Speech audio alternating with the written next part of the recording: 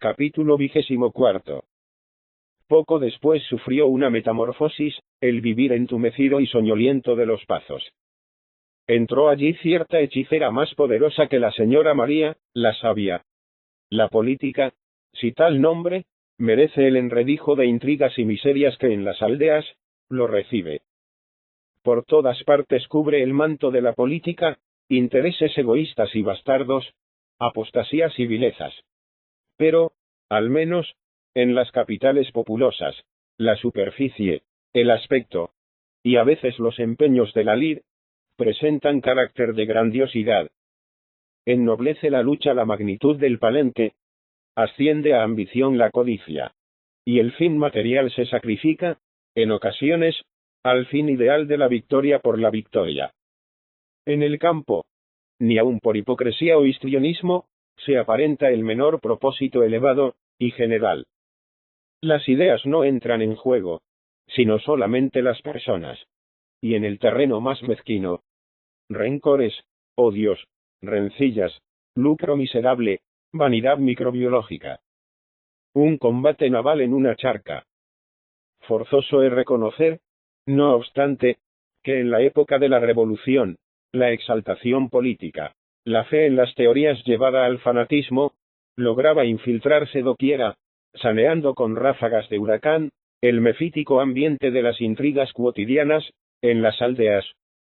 Vivía entonces España, pendiente de una discusión de cortes, de un grito que se daba aquí o acullá, en los talleres de un arsenal, o en los vericuetos de una montaña.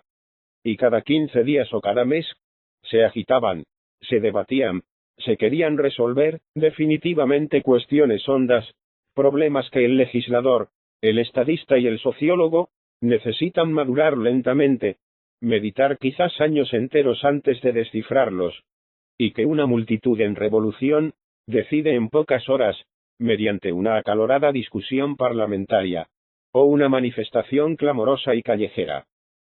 Entre el almuerzo y la comida se reformaba, se innovaba una sociedad. Fumando un cigarro se descubrían nuevos principios. Y en el fondo de la vorágine, batallaban las dos grandes soluciones de raza, ambas fuertes porque se apoyaban en algo secular, lentamente sazonado al calor de la historia. La monarquía absoluta y la constitucional, por entonces disfrazada de monarquía democrática. La conmoción del choque llegaba a todos lados, sin exceptuar las fieras montañas, que cercaban a los Pazos de Ulloa. También allí se politiqueaba. En las tabernas de Cebre, el día de la feria, se oía hablar de libertad de cultos, de derechos individuales, de abolición de quintas, de federación, de plebiscito, pronunciación no garantizada, por supuesto. Los curas, al terminar las funciones, entierros y misas solemnes, se demoraban en el atrio, discutiendo con calor algunos síntomas recientes, y elocuentísimos, la primer salida de aquellos famosos 4 sacristanes, y otras menudencias. El señorito de Limioso, tradicionalista inveterado, como su padre y abuelo, había hecho 2 o 3 misteriosas excursiones, hacia la parte del Miño, cruzando la frontera de Portugal, y susurrábase que celebraba entrevistas en Tui, con ciertos pájaros. Afirmábase también que las señoritas de Molende, estaban ocupadísimas construyendo cartucheras, y no sé qué más arreos bélicos, y a cada paso, recibían secretos avisos, de que se iba a practicar un registro en su casa.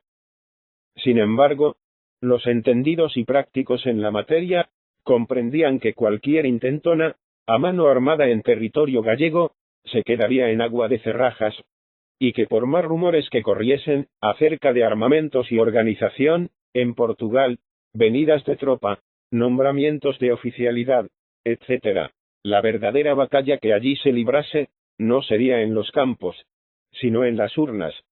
No por eso más incruenta.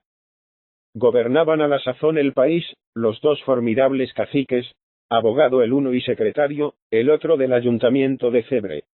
Esta villita, y su región comarcana, temblaban bajo el poder de entrambos.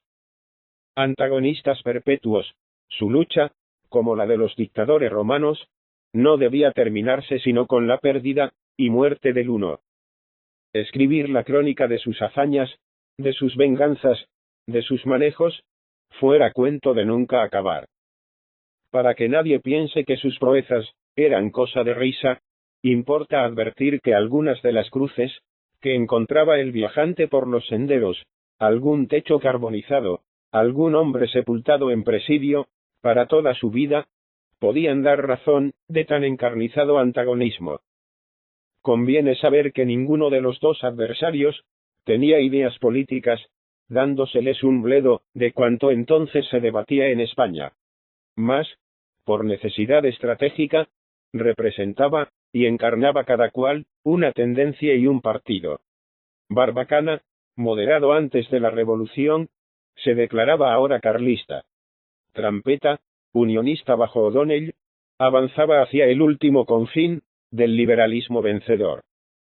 Barbacana era más grave, más autoritario, más obstinado e implacable en la venganza personal, más certero en asestar el golpe, más ávido e hipócrita, encubriendo mejor sus alevosas trazas, para desmantecar al desventurado colono. Era además hombre que prefería servirse de medios legales, y manejar el código, diciendo que no hay tan seguro modo de acabar con un enemigo, como empapelarlo. Si no guarnecían tantas cruces los caminos por culpa de Barbacana, las cárceles hediondas del distrito antaño, y Ogaño las murallas de Ceuta y Melilla, podían revelar hasta dónde se extendía su influencia. En cambio Trampeta, si justificando su apodo, no desdeñaba los enredos jurídicos, solía proceder con más precipitación y violencia que Barbacana, asegurando la retirada menos hábilmente. Así es que su adversario le tuvo varias veces cogido entre puertas, y por punto no le aniquiló. Trampeta poseía en desquite gran fertilidad de ingenio, suma audacia, expedientes impensados con que salir de los más graves compromisos. Barbacana servía mejor para preparar desde su habitación una emboscada, hurtando el cuerpo después. Trampeta, para ejecutarla en persona y con fortuna. La comarca aborrecía a entrambos, pero Barbacana inspiraba más terror por su genio sombrío. En aquella ocasión Trampeta, encargado de representar las ideas dominantes y oficiales, se creía seguro de la impunidad, aunque quemase a medio cebre y apalease, encausase y embargase al otro medio. Barbacana, con la superioridad de su inteligencia, y aun de su instrucción, comprendía dos cosas. Primera, que se había arrimado a pared más sólida, a gente que no desampara a sus amigos. Segunda, que cuando se le antojase pasarse con armas y bagajes al campo opuesto, conseguiría siempre hundir a Trampeta. Ya había tirado sus líneas para el caso próximo de la elección de diputados. Trampeta, con actividad vertiginosa, hacía la cama al candidato del gobierno. Muy a menudo iba a la capital de provincia a conferenciar con el gobernador.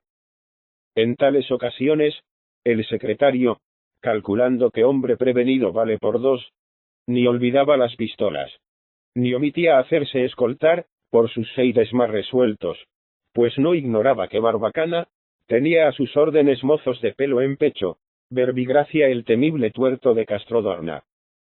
Cada viaje era una viña para el bueno del secretario, y muy beneficioso para los suyos. Poco a poco las hechuras de Barbacana iban cayendo, y estancos, alguacilatos, guardianía de la cárcel, peones camineros, toda la plantilla oficial de Cebre, quedando a gusto de Trampeta. Solo no pudo meterle el diente al juez, protegido en altas regiones por un pariente de la señora jueza, persona de viso.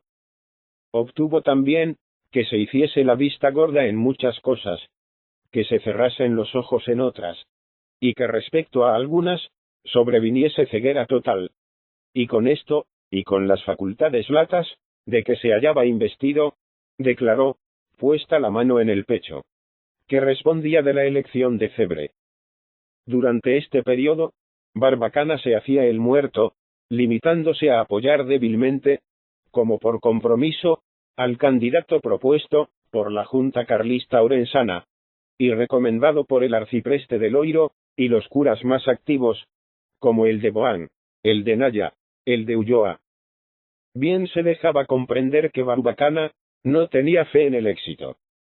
El candidato era una excelente persona de Orense, instruido, consecuentísimo tradicionalista, pero sin arraigo en el país, y con fama de poca malicia política. Sus mismos correligionarios no estaban a bien con él, por conceptuarle más hombre de bufete, que de acción e intriga. Así las cosas, empezó a notarse que Primitivo, el montero mayor de los Pazos, venía a Cebre muy a menudo. Y como allí se repara todo, se observó también que, además de las acostumbradas estaciones, en las tabernas, Primitivo se pasaba largas horas, en casa de Barbacana. Este vivía casi bloqueado en su domicilio, porque Trampeta, envalentonado con la embriaguez del poder, profería amenazas, asegurando que Barbacana recibiría su pago en una corredoira, camino hondo. No obstante, el abogado se arriesgó a salir en compañía de Primitivo, y viéronse ir y venir curas influyentes y caciques subalternos, muchos de los cuales fueron también a los Pazos. Unos a comer, otros por la tarde. Y como no hay secreto bien guardado entre tres, y menos entre 3 docenas, el país y el gobierno supieron pronto la gran noticia. El candidato de la Junta se retiraba de buen grado, y en su lugar Barbacana apoyaba, con el nombre de independiente, a don Pedro Moscoso, conocido por Marqués de Ulloa. Desde que se enteró del complot, Trampeta pareció atacado del baile de San Vito. Menudeó viajes a la capital. Eran de oír sus explicaciones y comentarios, en el despacho del gobernador. Todo lo arma, decía él, ese cerdo cebado del arcipreste, unido al faccioso del cura de Boán, e instigando al usurero del mayordomo, de los Pazos, el cual a su vez mete en danza, al malcriado del señorito, que está enredado con su hija. Vaya un candidato, exclamaba frenético, vaya un candidato que los neos escogen. Siquiera el otro era persona honrada. Y alzaba mucho la voz, al llegar a esto de la honradez. Viendo el gobernador que el cacique perdía absolutamente la sangre fría, comprendió que el negocio andaba mal parado, y le preguntó severamente: ¿No ha respondido usted de la elección, con cualquier candidato que se presentase? Sí, señor, repuso apresuradamente Trampeta. Sino que considérese, ¿quién contaba con semejante cosa del otro mundo? Atropellándose al hablar, de pura rabia y despecho, insistió en que nadie imaginaría que el marqués de Ulloa, un señorito que solo pensaba en cazar, se echase a político. Que, a pesar de la gran influencia de la casa, y de ejercer su nombre bastante prestigio, entre los paisanos, la aristocracia montañesa y los curas, la tentativa importaría un comino, si no la hubiese tomado de su cuenta Barbacana, y no le ayudase un poderoso cacique subalterno, que antes fluctuaba entre el partido de Barbacana y el de Trampeta, pero en esta ocasión se había decidido, y era el mismo mayordomo de los Pazos, hombre resuelto y sutil como un zorro, que disponía de numerosos votos seguros, pues muchísima gente le debía cuartos, que tenía esquilmada la casa de Ulloa, a cuyas expensas se enriquecía con disimulo, y que este solemne bribón, al arrimo del gran encausador Barbacana, se alzaría con el distrito, si no se llevaba el asunto a rajatabla, y sin contemplaciones. Quien conozca poco, o mucho el mecanismo electoral, no dudará que el gobernador hizo jugar el telégrafo, para que sin pérdida de tiempo, y por más influencias que se atravesasen, fuese removido el juez de Cebre, y las pocas hechuras de Barbacana que en el distrito restaban ya.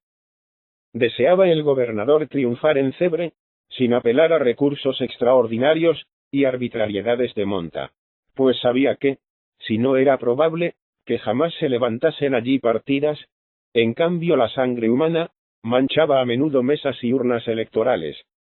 Pero la nueva combinación le obligaba a no reparar en medios, y conferir al insigne Trampeta poderes ilimitados. Mientras el secretario se prevenía, el abogado no se dormía en las pajas. La aceptación del señorito, al pronto, le había vuelto loco de contento. No tenía don Pedro ideas políticas, aun cuando se inclinaba al absolutismo, creyendo inocentemente que con él vendría el restablecimiento de cosas que lisonjeaban su orgullo de raza, como por ejemplo, los vínculos y mayorazgos. Fuera de esto, inclinábase al escepticismo indiferente de los labriegos, y era incapaz de soñar, como el caballeresco hidalgo de Limioso, en la quijotada de entrar por la frontera del Miño, a la cabeza de 200 hombres. Mas a falta de pasión política, le impulsó a aceptar la diputación su vanidad. Él era la primera persona del país, la más importante, la de origen más ilustre. Su familia, desde tiempo inmemorial, figuraba al frente de la nobleza comarcana. En esto hizo hincapié el arcipreste de Loiro para convencerle de que le correspondía la representación del distrito. Primitivo no desarrolló mucha elocuencia para apoyar la demostración del arcipreste. Limitóse a decir, empleando un expresivo plural, y cerrando el puño: tenemos al país así. Desde que corrió la noticia comenzó el señorito a sentirse halagado por la especie de pleito homenaje que se presentaron a rendirle infinidad de personas, todo el señorío de los contornos, el clero casi unánime, y los muchos adictos y partidarios de Barbacana, capitaneados por este mismo. A don Pedro se le ensanchaba el pulmón. Bien entendía que Primitivo estaba entre bastidores, pero al fin y al cabo, el incensado era él. Mostró aquellos días gran cordialidad y humor excelente y campechano. Hizo caricias a su hija, y ordenó se le pusiese un traje nuevo, con bordados, para que la viesen así las señoritas de Molende, que se proponían no contribuir con menos de 100 votos, al triunfo del representante de la aristocracia montañesa. Él también, porque los candidatos noveles tienen su época de cortejos en que rondan la diputación, como se ronda a las muchachas, y se afeitan con esmero, y tratan de lucir sus prendas físicas. Cuidó algo más de su persona, lamentablemente desatendida desde el regreso a Los Pazos, y como estaba entonces en el apogeo de su belleza, más bien masculina que varonil, las muñidoras electorales se ufanaban de enviar tan guapo mozo al Congreso. Por entonces, la pasión política sacaba partido hasta de la estatura, del color del pelo, de la edad. Desde que empezó a hervir la olla, hubo en Los Pazos mesa franca. Se veía correr a Filomena y a Sabel por los salones adelante, llevando y trayendo bandejas con tostado jerez y bizcochos. Oíase el retintín de las cucharillas en las tazas de café y el choque de los vasos. Abajo, en la cocina, Primitivo obsequiaba a sus gentes con vino del Borde y tarterones de bacalao, grandes fuentes de berzas y cerdo. A menudo se juntaban ambas mesas, la de abajo y la de arriba, y se discutía, y se reía, y se contaban cuentos subidos de color, y se despellejaba a azadonazos, porque no cabe nombrar el escalpelo, a trampeta ya los de su bando, removiendo entre risotadas, cigarros e interjecciones, el inmenso detritus de trampas mayores y menores, en que descansaba la fortuna del secretario de Cebre. De esta vez, decía el cura de Boán, viejo terne y firme, que echaba fuego por los ojos, y gozaba fama del mejor cazador del distrito, después de Primitivo, de esta vez los fastidiamos, Cuoniam. Nucha no asistía a las sesiones del comité. Se presentaba únicamente cuando las visitas eran tales que lo requerían. Atendía a suministrar las cosas indispensables para el perenne festín, pero huía de él. Tampoco Julián bajaba sino rara vez a las asambleas, y en ellas apenas descosía los labios, mereciendo por esto que el cura de Ulloa se ratificase en su opinión de que los capellanes atildados no sirven para nada de provecho. No obstante, apenas averiguó el comité que Julián tenía bonita letra cursiva y ortografía asaz correcta, se echó mano de él para misivas de compromiso. Además, le cayó otra ocupación. Sucedió que el arcipreste de Loiro, que había conocido y tratado mucho a la señora doña Micaela, madre de don Pedro, quiso ver otra vez toda la casa, y también la capilla, donde algunas veces había dicho misa, en vida de la difunta. Que esté en gloria. Don Pedro se la mostró de mala gana, y el arcipreste se escandalizó al entrar. Estaba la capilla casi a tejabana, la lluvia corría por el retablo abajo, las vestiduras de las imágenes parecían harapos. Todo respiraba el mayor abandono, el frío y tristeza especial de las iglesias descuidadas. Julián ya se encontraba cansado de soltar indirectas al marqués sobre el estado lastimoso de la capilla, sin obtener resultado alguno. Mas el asombro y las lamentaciones del arcipreste arañaron en la vanidad del señor de Ulloa, y consideró que sería de buen efecto, en momentos tales, lavarle la cara, repararla un poco. Se retejó con bastante celeridad, y con la misma un pintor, pedido a Ourense, pintó y doró el retablo y los altares laterales, de suerte que la capilla parecía otra, y don Pedro la enseñaba con orgullo a los curas, a los señoritos, a la caciquería barbacanesca. Solo faltaba ya trajear decentemente a los santos, y recoser ornatos y mantelillos. De esta faena se encargó Nucha, bajo la dirección de Julián. Con tal motivo, refugiados en la capilla solitaria, no llegaba hasta ellos el barullo del club electoral. Entre el capellán y la señorita desnudaban a San Pedro, peinaban los rizos de la Purísima, ribeteaban el sayal de San Antón, fregoteaban la aureola del Niño Jesús. Hasta la boeta de las ánimas del purgatorio fue cuidadosamente lavada y barnizada de nuevo. Y las ánimas en pelota, larguiruchas, acongojadas, rodeadas de llamas de almazarrón, salieron a luz en toda su edificante fealdad. Era semejante ocupación dulcísima para Julián. Corrían las horas sin sentir en el callado recinto, que olía a pintura fresca, y a espadaña traída por Nucha, para adornar los altares, mientras armaba en un tallo de alambre una hoja de papel plateado, o pasaba un paño húmedo por el vidrio de una urna, no necesitaba hablar. Satisfacción interior y apacible le llenaba el alma. A veces Nucha no hacía más que mandar la maniobra, sentada en una silleta baja, con su niña en brazos, no quería apartarla de sí un instante. Julián trabajaba por dos. Tenía una escala, y se encaramaba a lo más alto del retablo. No se atrevía a preguntar nada acerca de asuntos íntimos, ni a averiguar si la señorita había tenido con su esposo conversación decisiva respecto a Sabel. Pero notaba el aire abatido, las denegridas ojeras, el frecuente suspirar de la esposa, y sacaba de estos indicios la natural consecuencia.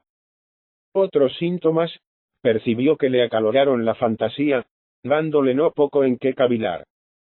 Nucha mostraba vehemente exaltación del cariño maternal de algún tiempo a esta parte. Apenas se separaba de la chiquita cuando, desasosegada e inquieta, salía a buscarla a ver qué le sucedía.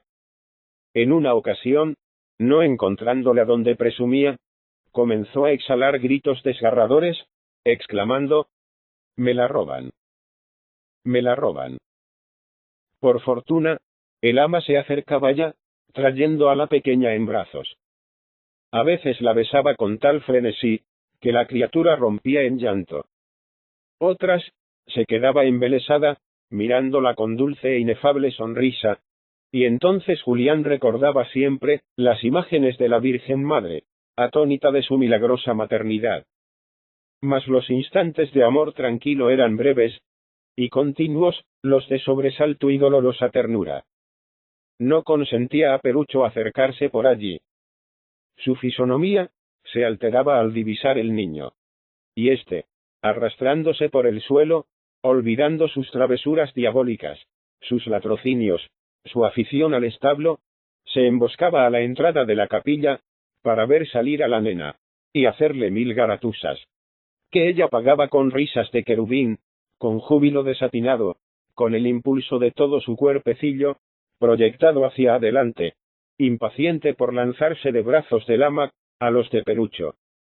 Un día notó Julián en Nucha algo más serio aún, no ya expresión de melancolía, sino hondo decaimiento físico y moral.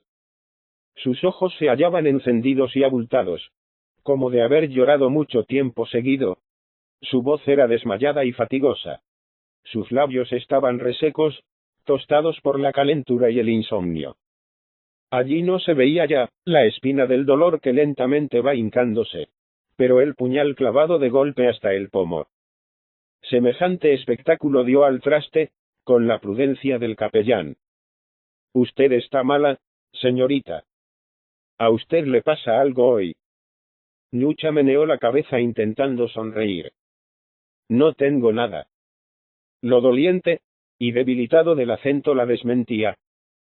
«Por Dios, señorita, no me responda que no, si lo estoy viendo». «Señorita Marcelina, válgame mi patrono San Julián, que no he de poder yo servirle de algo, prestarle ayuda o consuelo. Soy una persona humilde, inútil, pero con la intención, señorita, soy grande como una montaña. Quisiera, se lo digo con el corazón, que me mandase. Hacía estas protestas esgrimiendo un paño untado de tiza contra las sacras, cuyo cerco de metal limpiaba con denuedo, sin mirarlo. Alzó Nucha los ojos, y en ellos lució un rayo instantáneo, un impulso de gritar, de quejarse, de pedir auxilio. Al punto se apagó la llamarada, y encogiéndose de hombros levemente, la señorita repitió: «No tengo nada, Julián». En el suelo había una cesta llena de hortensias y rama verde, destinada al adorno de los floreros. Nucha empezó a colocarla con la destreza y delicadeza graciosa que demostraba en el desempeño de todos sus domésticos quehaceres. Julián, entre embelesado y afligido, seguía con la vista el arreglo de las azules flores en los tarros de loza, el movimiento de las manos enflaquecidas al través de las hojas verdes. Notó que caía sobre ellas una gota de agua, gruesa, límpida, no procedente de la humedad del rocío, que aún bañaba las hortensias. Y casi al tiempo mismo advirtió otra cosa, que le cuajó la sangre de horror. En las muñecas de la señora de Moscoso se percibía una señal circular, amoratada, oscura. Con lucidez repentina, el capellán retrocedió 2 años, escuchó de nuevo los quejidos de una mujer, maltratada a culatazos, recordó la cocina, el hombre furioso. Completamente fuera de sí, dejó caer las sacras, y tomó las manos de Nucha para convencerse de que, en efecto, existía la siniestra señal. Entraban a la sazón por la puerta de la capilla muchas personas. Las señoritas de Molende, el juez de Cebre, el cura de Ulloa, conducidos por don Pedro, que los traía allí, con objeto de que admirasen los trabajos de restauración. Nucha se volvió precipitadamente. Julián, trastornado, contestó balbuciendo al saludo de las señoritas. Primitivo, que venía a retaguardia, clavaba en él su mirada directa y escrutadora.